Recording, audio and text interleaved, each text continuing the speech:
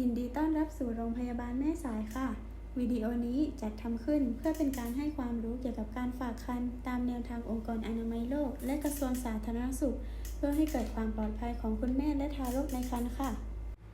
မဲဆိုင်စီအောင်မှာကြိုးဆိုပါဒီဗီဒီယိုမှာတော့ကိုဝင်ဆောင်ဆောက်ရှောက်မှုအကြောင်းအရာကိုကမ္ဘာ့ကျန်းမာရေးဝန်ကြီးဌာနရဲ့လက်ညွှန်ချက်အတိုင်းမိခင်နဲ့တတိသားရဲ့လုံခြုံရေးအတွက်အသိပညာပေးအပ်ရန်ရည်ရွယ်ပြီးတော့ပြုလုပ်ထားခြင်းပဲဖြစ်ပါတယ် ANC หรือการฝากครรภ์คืออะไรมาฟังกันเลยค่ะ โอเคကျွန်တော်ဒီ ANC ဆိုတာပါလေ การฝากครรภ์หรือ ANC คือการดูแลสุขภาพของหญิงตั้งครรภ์อย่างสม่ำเสมอเพื่อติดตามสุขภาพของคุณแม่การเจริญเติบโตของทารกและการค้นหาความเสี่ยงตั้งแต่แรกเริ่มค่ะကျွန်တော် ANC ဆိုတာကိုဝင်ဆောင်ရဲ့စောင့်ရှောက်မှုကိုပဲပြောရပဲဖြစ်ပါတယ်။ဘာလို့လဲဆိုတော့မိခင်ရဲ့ကျန်းမာရေးနဲ့တတိသားဖွံ့ဖြိုးတိုးတက်မှုကိုဆရာဝန်နဲ့သူနာပြုများအနီးကပ်စောင့်ရှောက်ပေးနိုင်ရန်အရေးပါတယ်။ဘာလို့လဲဆိုတော့ဒီလိုလှုပ်ချင်အပြင်အနေတွေကိုစောစောစီးစီးသိရှိနိုင်ပြီးတော့ကာကွယ်ရန်အတွက်အထောက်အကူတော်တော်လေးပြုပါတယ်။การฝากครรภ์อย่างสม่ำเสมอช่วยให้ตรวจพบความผิดปกติได้ตั้งแต่แรกทำให้การตั้งครรภ์และการคลอดมีความปลอดภัยมากขึ้นค่ะကိုဝင်ဆောင်ဆောက်ရှောက်မှုပုံမှန်ခံယူခြင်းကကိုဝင်ဆောင်ကာလတစ်လျှောက်နဲ့မွေးဖွားချိန်တွင်မိခင်နဲ့မွေးကင်းစလေးတွေမှာဖြစ်ပေါ်နိုင်တဲ့အနေအထားကိုကြိုတင်သိရှိနိုင်ပြီးတော့ရှော့ချပေးနိုင်ပါတယ်การฝากครรภ์อย่างน้อย8ครั้งตลอดการตั้งครรภ์ช่วยให้บุคลากรทางการแพทย์ติดตามสุขภาพของคุณแม่และทารกได้อย่างต่อเนื่องในทุกช่วงอายุครรภ์และยังช่วยป้องกันภาวะแทรกซ้อนได้อย่างมีประสิทธิภาพค่ะကိုဝင်တစ်ချိန်အတွင်းမှာအနည်းဆုံး10ကြိမ်ကိုဝင်ဆောင်ဆောက်ရှောက်မှုကိုလာရောက်ခံယူခြင်းအပြင်မိခင်နဲ့ကလေးရဲ့ကျန်းမာရေးကိုအစဉ်စဉ်သိရှိနိုင်ပြီးတော့အနေတွေကိုကြိုတင်ကာကွယ်တားဆီးနိုင်ပါတယ်การมาฝากครรภ์ควรมาให้ครบ8ครั้งโดยครั้งแรกควรมาก่อน12สัปดาห์เพื่อยืนยันการตั้งครรภ์ซักประวัติและเริ่มกินยาธาตุเหล็กและโฟลิกค่ะแรกนี้เราจะมีการเจาะเลือดเพื่อตรวจคัดกรองภาวะซีดตรวจหาเชื้อ HIV ตรวจซิฟิลิสคัดกรองโรคทางพันธุกรรมอย่างทาลัสซีเมียและประเมินความเสี่ยงดาวน์ซินโดรมค่ะ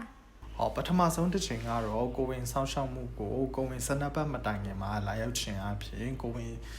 တီပြူချောင်းတိုင်းနာခြင်းတွေကျန်းမာရေးမှတ်တမ်းစစ်ဆေးခြင်းတွေတွေးပေါင်းချိန်တိုင်းနာခြင်းနဲ့တန်တက် folic acid စတင်တောက်တော့မှုအတွက်လည်းညွှန်ကြားချက်တွေပေးပါတယ်။ဒါအပြင် HIV အသိရောင်သဘာပြီးပိုဆီဖိလိယောဂါတလက်ဆီမီယာယောဂါနဲ့တတိသားဒေါင်းဆန်လုံးစစ်ဆေးခြင်းကိုလည်းပြုလုပ်ပေးပါတယ်ครั้งที่2เมื่อตั้งครรภ์ได้20สัปดาห์เพื่อติดตามการเจริญเติบโตของทารกการตรวจความดันและการให้คำแนะนำด้านโภชนาการค่ะဒုတိယကြိမ်ကိုတော့ကိုဝင်စနပ်ပတ်အရွယ်မှာတတိသားဖွံ့ဖြိုးမှုစောင့်ကြည့်ခြင်းသွေးပေါင်ချိန်စစ်ဆေးခြင်းနဲ့အာဟာရအကြံပြုချက်ပေးခြင်းတွေကိုပြုလုပ်ပေးပါတယ်ครั้งที่3เมื่อตั้งครรภ์ได้26สัปดาห์เพื่อตรวจภาวะโลหิตจางและคัดกรองโรคเบาหวานขณะตั้งครรภ์တတိယတစ်ချိန်မှာတော့ကိုဝင်26ပတ်အတွင်းမှာသွေးအားနည်းခြင်းနဲ့ကိုဝင်ဆောင်စီးကျိုယောဂစစ်ဆေးခြင်းကိုပြုလုပ်ပေးပါတယ်ครั้งที่4เมื่อตั้งครรภ์ได้30สัปดาห์เพื่อตรวจคัดกรองสัญญาณอันตรายเช่นความดันโลหิตสูงและอาการบวมต่างๆค่ะစတုထချိန်ကိုတော့ကိုဝင်ပတ်30အတွင်းမှာသွေးပေါင်ချိန်မြင့်ခြင်းတွေဖောရောင်ခြင်းတွေစိတ်သက်ခြင်းစတဲ့အနေယောဂတွေကိုစစ်ဆေးပေးခြင်းဖြစ်ပါတယ်ครั้งที่5เมื่อตั้งครรภ์ได้34สัปดาห์เพื่อตรวจตำแหน่งและการเจริญเติบโตของทารกပြင်ဆမချိန်ကိုတော့ကိုဝင်ပတ်34ပတ်အတွင်းမှာတတိသားရဲ့အနေအထားနဲ့ဖွံ့ဖြိုးခြင်းကိုစစ်ဆေးပေးခြင်းပြုလုပ်ပါတယ်ครั้งที่6เมื่อตั้งครรภ์ได้36สัปดาห์เพื่อเตรียมความพร้อมสำหรับการคลอดวางแผนการคลอดและอธิบายสัญญาณฉุกเฉินต่างๆဆထမချိန်ကိုတော့ကိုဝင်36ပတ်အတွင်းမှာမွေးဖွားရန်ပြင်ဆင်ခြင်းနဲ့အရေးပေါ်လက္ခဏာတွေကိုဆွေးနွေးခြင်းတွေပြုလုပ်ပေးပါတယ်ครั้งที่7เมื่อตั้งครรภ์ได้38สัปดาห์เพื่อประเมินสุขภาพของแม่และทารกก่อนคลอดခုနှစ်ကြိမ်မြောက်ကိုတော့ကိုဝင်ပတ်38ပတ်မှာမွေးဖွားဖို့အတွက်မိခင်နဲ့တတိသားကျန်းမာရေးကိုအပြီးသက်စစ်ဆေးခြင်းပြုလုပ်ပေးပါတယ်และครั้งสุดท้ายเมื่ออายุครรภ์ได้40สัปดาห์เพื่อติดตามอาการหากยังไม่เริ่มเจ็บคันคลอดค่ะရှစ်ကြိမ်မြောက်မှာတော့ကိုဝင်ပတ်40အတွင်းမွေးဖွားမှုပြုလုပ်သေးပါကကျန်းမာရေးခြင်းတွေကိုဆက်လက်ကြည့်ရှုဆောင်ရှောက်ပေးပါတယ်สุขภาพช่องปากที่ดีมีความสำคัญต่อคุณแม่และทารกฮอร์โมนขณะตั้งครรภ์อาจทำให้เหงื่ออักเสบและเลือดออกง่ายควรดูแลช่องปากอย่างสม่ำเสมอ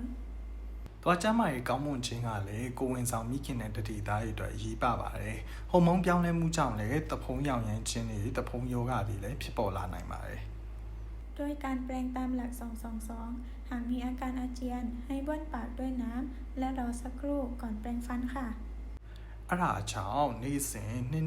နီလန်တိုင်းသွားတိုက်ခြင်းဖြင့်ကောက်ွယ်ပေးနိုင်ပါတယ်။ all engine တွေဖြစ်ပေါ်လာပါကရင်းနှီးပါဇက်ကိုစီးကြောပြီးတော့သွားတိုက်ရန်အချိန်ငယ်ဆောင်ပြီးမှတိုက်တင်ပါတယ်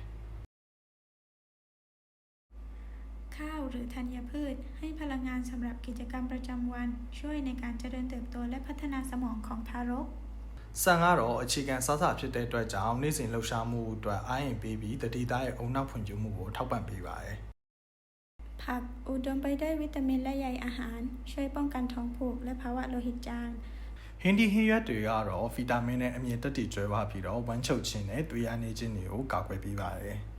ส่วนผลไม้ให้วิตามินช่วยเรื่องการขับถ่ายแต่ควรเลือกผลไม้ที่ไม่หวานจัดนะคะ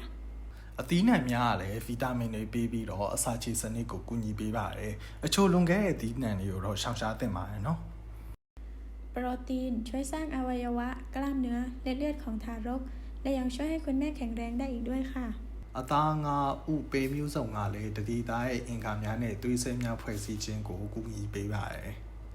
นมและแคลเซียมช่วยเสริมสร้างกระดูกและฟันของคุณแม่และทารก နိုးနင်းကယ်ဆီယမ်ပါဝင်တဲ့အစားအစာတွေကလည်းမိခင်နဲ့တတိသားတွေရဲ့ရိုးသွားများကိုခိုင်မာစေပါတယ်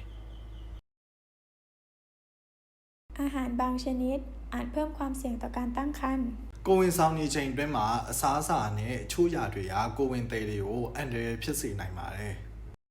ควรหลีกเลี่ยงเครื่องดื่มแอลกอฮอล์อย่างเด็ดขาดเพราะอาจทำให้การเจริญเติบโตผิดปกติ ကိုဝင်ဆောင်နေချိန်အတွင်းမှာအရက်လုံးဝမတောက်တဲ့မှာဘူးအရက်ကတတိသားရဲ့ကြီးထွားမှုကိုထိခိုက်စေပါတယ်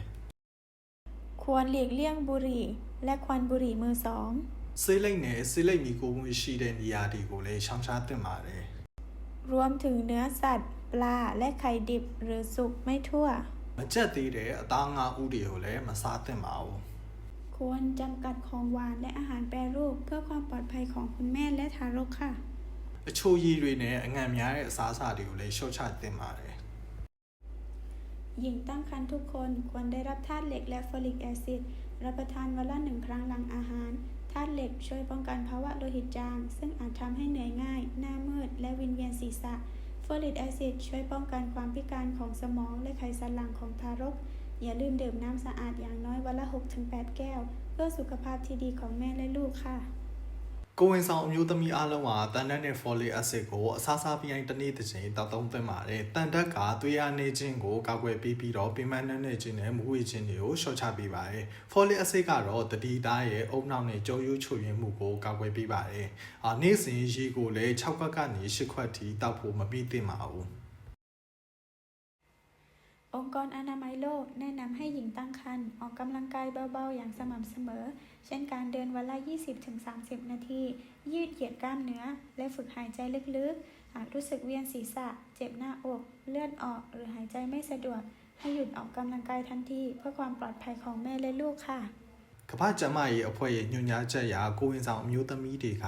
ကိုလက်လှုပ်ရှားမှုပေါ့ပပတွေကိုလှုပ်ဆောင်သင့်ပါတယ်။နေ့စဉ်20မိနစ်ကနေ30မိနစ်ထိအချိန်လျှော့တဲ့လမ်းလျှောက်ခြင်းတွေတွတ်သားများနာကျင်မှုမရှိအောင်လို့အကျော်ဆန့်ခြင်းတွေအသက်ရှူလေ့ကျင့်ခန်းတွေကိုဖြည်းဖြည်းချင်းပြုလုပ်သင့်ပါတယ်။မူးဝေခြင်းရင်ပတ်နာခြင်းသွေးထွက်ခြင်းတို့မဟုတ်အသက်ရှူခက်ခဲပါကကိုလက်လှုပ်ရှားမှုကိုချက်ချင်းရပ်တန့်သင့်ပါတယ်။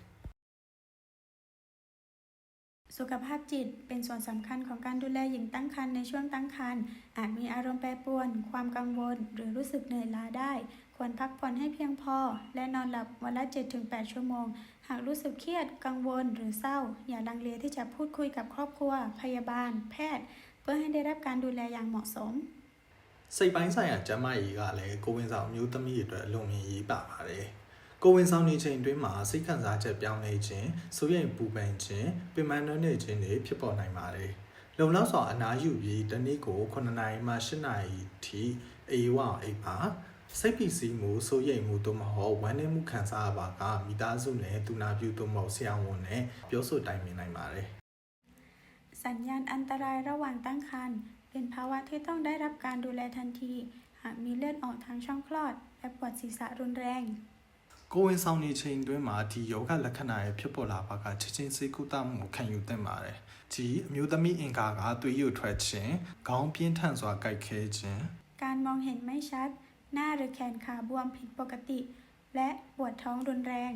မျက်စိမြင်ကွင်းမရှင်းလင်းခြင်းမျက်နှာသို့မဟုတ်လက်များဖောင်းလာခြင်းဘိုင်းနာခြင်းမူပြင်းထန်ခြင်း มีไข้สูง หรือทารกดิ้นน้อยลงหลัง 28 สัปดาห์ อย่ารอช้าให้รีบมาพบแพทย์เพื่อรับการรักษาทันทีเลยค่ะ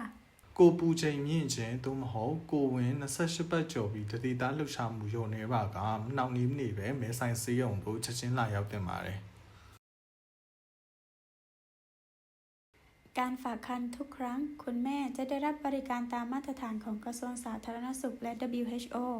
ကိုဝင်စစ်ဆေးတဲ့အချိန်တိုင်းမှာမိခင်တွေကကျန်းမာရေးဝန်ကြီးဌာနနဲ့ WHO ရဲ့ညွှန်ကြားချက်အတိုင်းဝန်ဆောင်မှုကိုအပြည့်ရရှိပါတယ်